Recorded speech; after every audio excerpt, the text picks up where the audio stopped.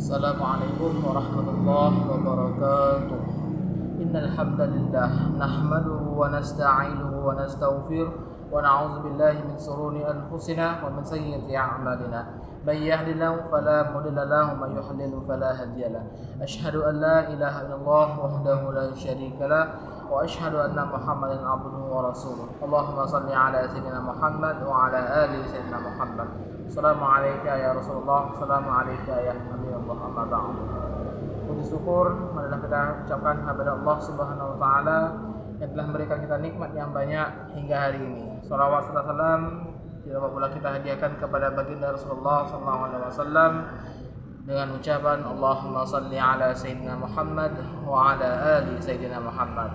Semoga shalawat yang kita perbanyak untuk beliau dan dapat memberikan syafaatnya kepada kita yaumil akhir nanti. Amin amin ya rabbal alamin. Baiklah, pada kesempatan kali ini izinkan saya menyampaikan hasil dari makalah saya yang berjudul Bapak Perbandingan Agama di Indonesia. Yang A. Pengertian ilmu perbandingan agama. 1. Pengertian agama. Secara bahasa, agama berasal dari bahasa Sanskerta yaitu A yang berarti tidak dan gama yang berarti kacau. Jadi agama berarti tidak kacau ataupun tidak teratur. Dengan demikian, agama adalah aturan yang mengatur manusia agar kehidupannya menjadi teratur dan tidak kacau. Sementara dalam bahasa Inggris, agama disebut juga sebagai religions. Dalam bahasa Belanda disebut juga sebagai religi. Berasal dari bahasa Latin religere yang berarti mengikat, mengatur atau menggabungkan tadi. Diartikan sebagai aturan hidup yang mengikat manusia dan menghubungkan manusia dengan Tuhan. Sedangkan dalam perspektif sosiologi agama, dipahami suatu sistem interpretasi terhadap dunia yang mengartikulasikan pemahaman diri dan 4 serta tugas masyarakat dalam alam semesta. Agama secara substantif adalah pengakuan manusia terhadap kekuatan yang tinggi dan tidak tampak mengawasi nasib manusia dan berhak atas kepatuhan, hormat dan pujian. Yang kedua itu pengertian perbandingan ilmu perbandingan agama. Ilmu perbandingan agama adalah salah satu cabang ilmu pengetahuan yang berusaha untuk memahami gejala-gejala keagamaan dari suatu kepercayaan dalam hubungannya dengan agama lain. Pemahaman ini mencakup persamaan dan perbedaannya. Selanjutnya dengan pembahasan tersebut, struktur yang asasi dari pengalaman keagamaan manusia dan pentingnya bagi hidup dan kehidupan manusia yang dapat dipelajari dan dinilai. B. Yaitu tokoh ilmu perbandingan agama di Indonesia. Dalam perkembangan pemikiran Islam di Indonesia, ada beberapa pemikiran yang cenderung dikategorikan sebagai pemikiran Islam modern, seperti Islam sekuler, plural, dan yang dikenal sebagai pemikiran liberal.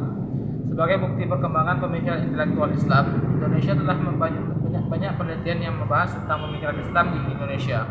Demikian juga telah banyak karya-karya yang dipublikasikan oleh beberapa kalangan pemikir Islam berupa artikel, opini, dan argumentasi, serta karya tulis, baik dalam bentuk buku maupun dalam karya ilmiah. Dalam pembaharuan pemikiran Islam di Indonesia, ada banyak tokoh yang berjasa terhadap intelektual Islam di Indonesia. Salah satu tokoh yang memiliki pembaharuan pemikiran Islam ialah Mukti Ali tentang ilmu perbandingan agama. Mukti Ali sendiri dikenal sebagai cendekiawan Islam di Indonesia dan kancah internasional. Beliau adalah tokoh yang sangat berpengaruh terhadap perubahan sistem pendidikan di Indonesia. Ia telah menyumbangkan pemikirannya lewat pendidikan, khususnya untuk ilmu perbandingan agama. Ilmu perbandingan agama merupakan minat pertamanya dalam dunia pendidikan, sehingga ia mendapat gelar bapak satu-satunya dalam ilmu perbandingan agama di Indonesia. Tujuan dalam menekuni ilmu perbandingan agama antara tidak lain agar umat manusia ikut serta bersama-sama dengan orang yang mempunyai maksud baik, menciptakan dunia yang aman dan damai berdasarkan etika, moral, serta agama untuk umat manusia itu sendiri. Mukti Ali merupakan seorang sarjana perbandingan agama yang berhasil merintis hubungan antar agama di Indonesia dan menumbuhkan gairah di kalangan akademisi untuk memperdalam pengetahuan dalam ilmu ini, sehingga ia dinobatkan sebagai Bapak Ilmu Perbandingan Agama di Indonesia. Ia adalah salah seorang pemikir pluralis yang dikenal kritis terhadap tradisinya sendiri. Meski seorang alumni Barat, dalam melihat persoalan hubungan Islam Barat dan hubungan antar agama, ia cukup proporsional. Mukti Ali tidak berhenti dengan hanya mengkritik dengan semangatnya. Ia menunjukkan variasi-variasi dalam perkembangan di dalam kajian hubungan antar agama. yang memiliki andil cukup besar dalam membentuk wajah di Indonesia.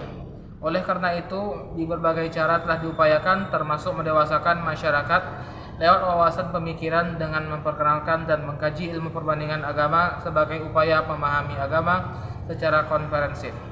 Dengan memperkenalkan dan mengajar perbandingan agama di perguruan tinggi dan tentunya membangkitkan dialog antar umat beragama.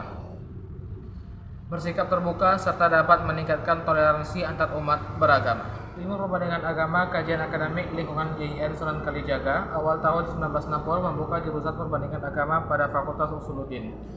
Jurusan perbandingan agama bukan berarti tidak menimbulkan pandangan negatif di kalangan umat Islam di Indonesia. Hal ini dikarenakan adanya kesan membanding-bandingkan agama satu dengan sama yang lain.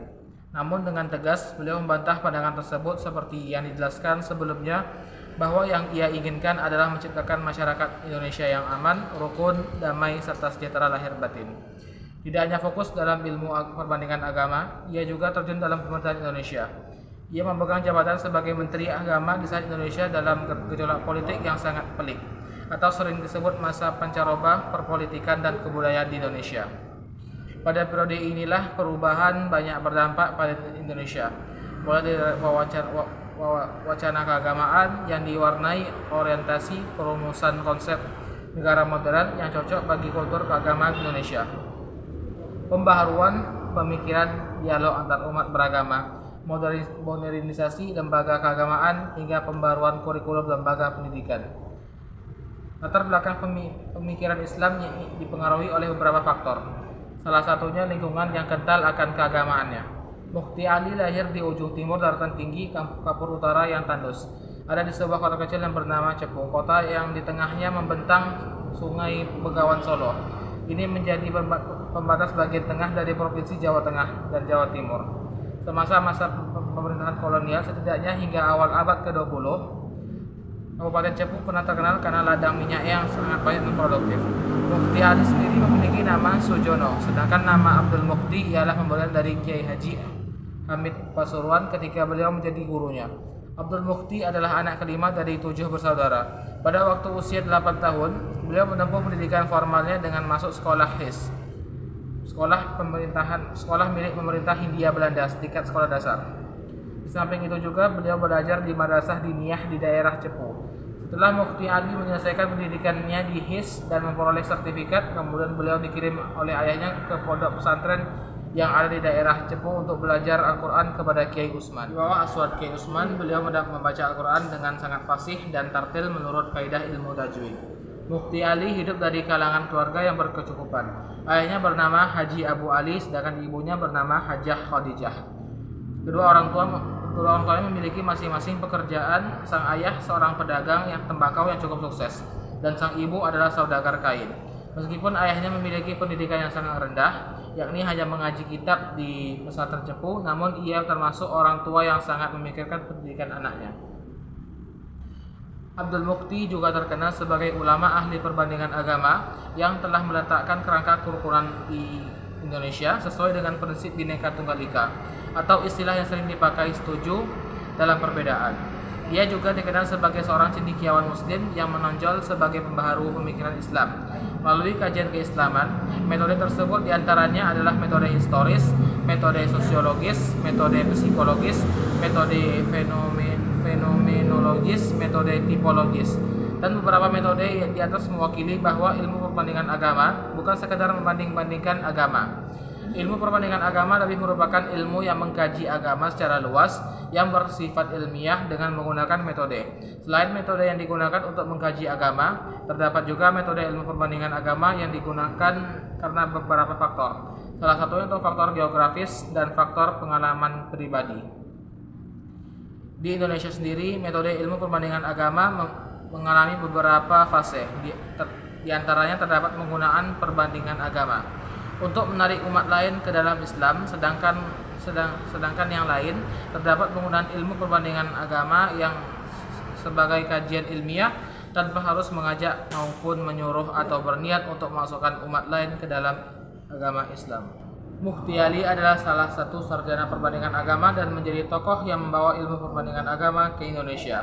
Dalam bukunya dijelaskan bahwa ilmu perbandingan agama mempunyai pengertian sebagai cabang ilmu pengetahuan yang berusaha untuk memahami gejala-gejala keagamaan dari suatu kepercayaan agama dan dalam hubungannya dengan agama-agama lain.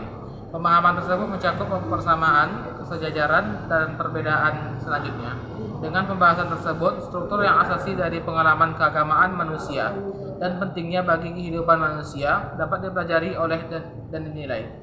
Kemudian Mufti Ali mengatakan apabila ilmu perbandingan agama dipelajari dan diajarkan di perguruan tinggi tingkat sarjana muda, universitas dan diseminarkan akan dapat meluaskan cakrawala dan intelektual yang spiritual dari mahasiswanya dengan membawakan kepada mereka dimensi-dimensi kehidupan dan kebudayaan yang lebih mendalam lagi. Demikian yang dapat saya sampaikan, lebih dari kurang mohon dimaafkan. Allahumma afiq ila aqwamit thoriq. Wassalamualaikum warahmatullahi wabarakatuh.